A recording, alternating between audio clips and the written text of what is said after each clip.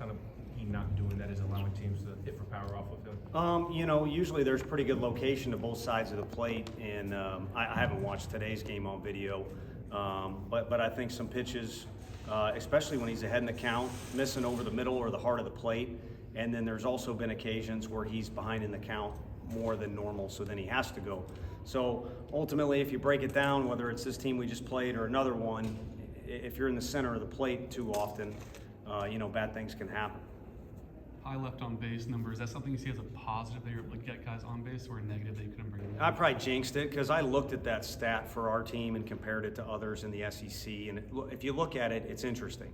And I had 2 years ago, we had a pretty good team, and you guys would ask about it all the time. And it's probably not a popular answer, but to leave them on base, you got to get on base. And that's what we're trying to do. And you'll see a lot of the productive and best offenses have that as a high number. So chalk it up to some quality at bats, but I thought when we pushed the first one across, others would come, but we just couldn't seem to do that. It was an odd day, and as always, it takes two to tango. But we're within decent striking distance, and normally when a guy walks five, you or someone else is going to make him pay. But again, they made a couple good plays defensively, and we just didn't get that first one across. Who knows what would have happened if we would have.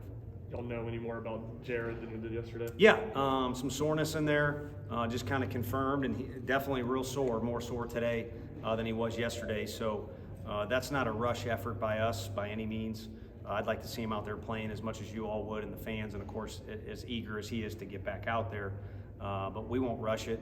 The soreness needs to go away, and then make sure he's got range of motion and make sure it's the best situation for him to get out there. And in the meantime, it's nice to have KT back. So you kind of make an unwanted trade there, if you know what I mean. But it's good that Dylan and KT are able to get in the lineup and get at bats. And then Griffin's always itching to get out there defensively too. So we'll manage it as we see fit as we head into Tuesday. Y'all been able to confirm that it's not a big deal though, that he's all right, like it's not like a huge long-term deal? Yeah, I mean, what's a big deal is we're not going to have him here next year. So you'll see him play again in a Vol uniform, and then he'll move on to his pro career. But no, it's something that we got to manage day to day, and I stay way out of those ways. I wasn't joking yesterday. Some words were used yesterday and today that I don't even understand, but it does boil down to soreness. When you assess Halverson's outing? It was good. Now, he's not going to agree with that. That was his last hitter no matter what, and we got him to a pitch count that he has not been at. So I don't think he's going to use that as a crutch, and I think the velocity was still there, if I'm not mistaken. A good hitter and a good competitor got one off him. When you add a walk to it, it's a little bit of trouble, and it probably puts a bit of a sour taste on the whole thing. I know he gave up a solo earlier, but that's cost of doing business as it relates to throwing strikes. But if you look at it 2 days from now when the emotions have gone away, he's been dying to start. He don't say it to me, but all these kids like the starting role, and he got a starting rep. He warmed up like a starter. He started the game for us, and he got to a pitch count that almost is worthy of, basically about what Lindsey did his first start. So now we know we can use him in that role, and certainly with his stuff, the way he was rolling, we know when he's at his best, we can use him in a Burns type role. Chase was pretty dynamic, but you can lump Halvey in there when he had it grooving there for a minute. Those were our two best guys for moments over the weekend. So that's how I see it. Again, he's super competitive and charged off the mound and all that, and doesn't want to get hit. But if we're not going to win the game, I don't really care if it's 25-0.